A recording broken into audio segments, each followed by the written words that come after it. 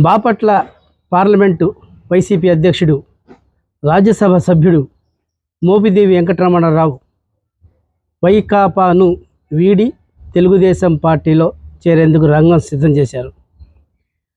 ఈరోజు రాజ్యసభ చైర్మన్ కలిసి తన రాజీనామా పత్రాన్ని అందించబోతున్నారు.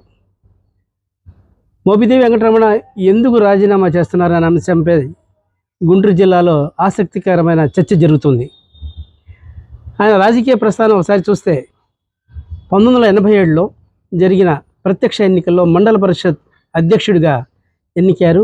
అక్కడి నుంచి తన రాజకీయ అరంగేట్రం ప్రారంభించి ఇప్పటి వరకు దాదాపు 3.5 దశాబ్దాల పాటు రాజకీయాల్లో ఒక చక్రం తిప్పారని చెప్పడంలో ఎలాంటి అతిశయోక్తి కాదు.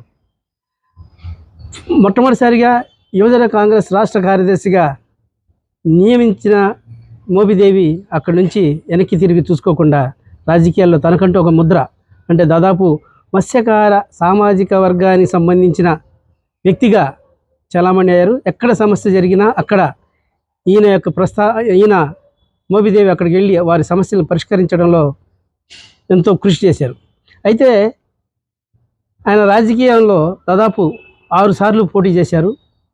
పోటీ చేసిన 6 సార్లు 3 సార్లు గెలిచారు, 3 సార్లు ఓడిపోయారు. 1989, 94 వరుసగా కూచినపూడి నియోజకవర్గం నుంచి పోటీ చేసి ఓడిపోయారు. 99, 2004లో ఈ 2 చోట్ల కూడా కూచినపూడి నియోజకవర్గం నుంచి పోటీ చేసి ఈపూరు సీతారామంపై విజయం సాధించారు. అక్కడి నుంచి ఆయన విజయఢంకా మోగిస్తూనే ఉన్నారు. అయితే ఆ 2 చోట్ల గెలిచిన చోట అతనికంటూ ఒక ముద్ర వేసుకుని మత్స్యకార సామాజిక వర్గంలో తన ముద్ర వేసుకున్నారు. 2009లో అంటే రాష్ట్ర పునర్విభజన జరిగిన తర్వాత 2009లో రేపల్లె నియోజకవర్గంగా, కూచినపూడి నియోజకవర్గం రేపల్లె నియోజకవర్గంగా మారింది. అక్కడ పోటీ చేశారు 2009లో. ఆ 2009లో రేపల్లె నుంచి పోటీ చేసి విజయం సాధించారు. అప్పటి ముఖ్యమంత్రి వైఎస్ రాజశేఖర రెడ్డి మంత్రివర్గంలో తనకంటూ ఒక స్థానాన్ని సంపాదించుకున్నారు. రాజశేఖర రెడ్డి గారి దగ్గర కూడా మార్కులు వేసుకున్నారు. ఇంకా అక్కడ చూస్తే 2014, 2019 ఈ 2 ఎన్నికల్లో కూడా అక్కడ గౌడ సామాజిక వర్గానికి చెందిన అనగాని సత్యప్రసాద్పై పోటీ చేశారు. ఆ 2 సార్లు కూడా ఆయన ఓటమి పాలయ్యారు. 2024 ఎన్నికల్లో తన కొడుకు ఆ టికెట్ ఇప్పించాలని చెప్పేసి అప్పటి ముఖ్యమంత్రి వైఎస్ జగన్మోహన్ రెడ్డికి అనేక మార్లు చెప్పినప్పటికీ కూడా ఆయన పెడచెవిన పెట్టడం వలన ఆ 2024 ఎన్నికల్లో తన కొడుకుని రంగంలో రాజకీయ అరంగేట్రం చేయలేకపోయారు. అక్కడి నుంచి మోపిదేవి వెంకటరమణ జగన్పై ఒక వ్యతిరేకత భావాన్ని పెంపొందించుకున్నారు. తన కొడుకుని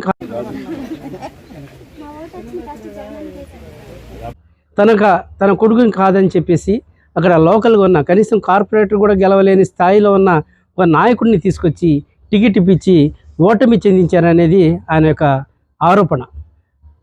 ఈపూరు సీతారామ తనయుడు ఈపూరు గణేష్ గౌడ సామాజిక వర్గానికి చెందినవారు.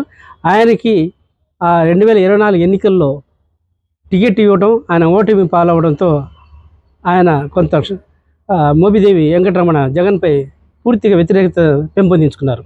అయితే వరుసగా ఈ 2024 తర్వాత ఆయన మధ్యలో 2009 తర్వాత 2014 మధ్యలో మంత్రివర్గంలో, అంటే కిరణ్ కుమార్ గారు ముఖ్యమంత్రిగా ఉన్న సమయంలో మంత్రివర్గంలో ఉన్నప్పుడు ఆయన వాన్పిక్ భూముల విషయంలో అవినీతి అక్రమాలు పాల్పడ్డాయని చెప్పేసి సిబిఐ అతన్ని అరెస్ట్ చేసింది.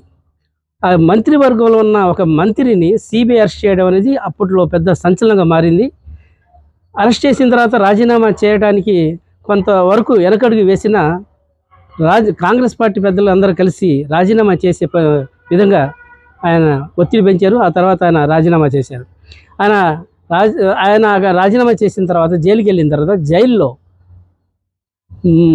అప్పుడు ప్రతిపక్ష నేత వైఎస్ జగన్మోహన్ రెడ్డిని కలవటం, అక్కడున్న వారిద్దరి మధ్య సాన్నిహిత్యం పెరగటం, వారిద్దరి మధ్య అనుబంధం, రాజకీయ అనుబంధం పెరగడంతో బయటికి వచ్చిన తర్వాత 2019, 2014, 2019లో టికెట్ ఇప్పించారు. అయినా కానీ ఓడిపోయారు. అయినప్పటికీ కూడా 2019లో అతనికి ఒక మంచి స్థానం కల్పించాలని ఉద్దేశం జగన్మోహన్ రెడ్డి అప్పుడు ఎమ్మెల్సీ ఇచ్చి మంత్రివర్గంలో తీసుకున్నారు. అక్కడ మంత్రివర్గం తీసుకున్న తర్వాత ఆ తర్వాత ఎమ్మెల్సీ రద్దు చేస్తామన్న సమయంలో ఆయన్ని మోపిదేవిని రాజ్యసభ సీటుకి కేటాయించారు. రాజ్యసభ వెళ్ళిన తర్వాత రాజ్యసభ కూడా ప్రాధాన్యత ఇచ్చారు. ఇంత ప్రాధాన్యత కల్పించిన జగన్మోహన్ రెడ్డిని కాదని చెప్పేసి ఈరోజు తెలుగుదేశం పార్టీ తీర్థం పుచ్చుకోవడానికి సిద్ధమవుతున్నారు. రాజకీయంలో ఎప్పుడు ఎలా మలుపులు తిరుగుతాయనేది ఎవరికి అర్థం కాని పరిస్థితి. ఇప్పుడు మోపిదేవి జిల్లా రాజకీయాల్లో ఒక పెద్ద సామాజిక వర్గానికి చెందిన తెలుగుదేశం పార్టీ వైపు అడుగులు వేస్తున్న సమయంలో ఆ పార్టీలో కొంత లుకలుకలు బయలుదేరని, అసలు మోపిదేవి ఎందుకు వెళ్ళారు అని నిరోధించడానికి, నివారించడానికి రాజకీయ పెద్దలు ఎవరన్నా ప్రయత్నాలు చేశారంటే అది కూడా కనపడలేదని చెప్పేసి చెప్తున్నారు. ఒకసారి అప్పుడు సీఎం జగన్మోహన్ రెడ్డి కలవడానికి చాలా వెయిట్ చేయాల్సి వస్తున్న పరిస్థితి వచ్చింది. తనకు అవమానం జరిగిందనే ఉద్దేశంతోనే ఈ పార్టీ నుంచి వీడి తెలుగుదేశం పార్టీలో చేరబోతున్నట్లు ప్రకటించారు.